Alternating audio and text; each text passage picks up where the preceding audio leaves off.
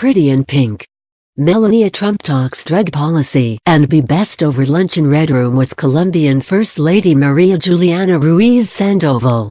Melania Trump talked drug policy and her signature Be Best campaign over lunch Wednesday with her Colombian counterpart, Maria Juliana Ruiz Sandoval. Wearing a pretty pink and white checked Fendi coat with a pink belt and pink mink fur on the cuffs, the First Lady joined her husband in welcoming the President and First Lady of Colombia to the White House. After a photo spray in the Oval Office, where President Donald Trump bumped into his wife while the couples were getting settled, the ladies split off from the men for separate lunches. Last week the First Lady, who has made anti-opioid work a central tenet of her Be Best campaign, said she would speak to Sandoval when they met. "I will have a plan to talk to her about the crisis of opioids," Melania Trump said during a briefing with officials at the Office of National Drug Policy.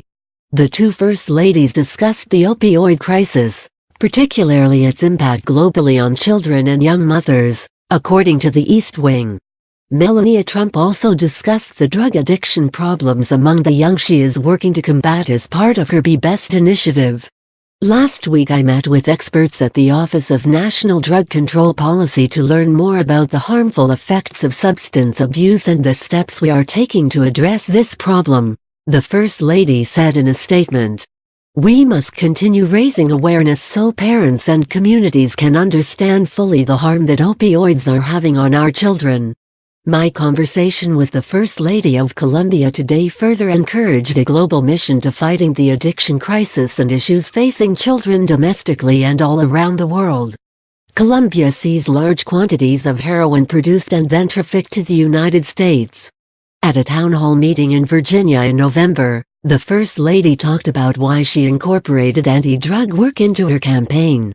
"When I took on opioid abuse as one of the pillars of my initiative Be Best, I did it with the goal of helping children of all ages. I have visited several hospitals and facilities that are dedicated to helping all who have been affected by this disease, including people who are addicted, babies born addicted and families coping with addiction of a loved one," she said. Every day, more than 130 people in the United States die after overdosing on opioids, according to the National Institute on Drug Abuse. Last week Melania Trump held her first official event since the government shutdown ended and focused on an anti-drug, anti-opioid message that makes up her Be Best campaign.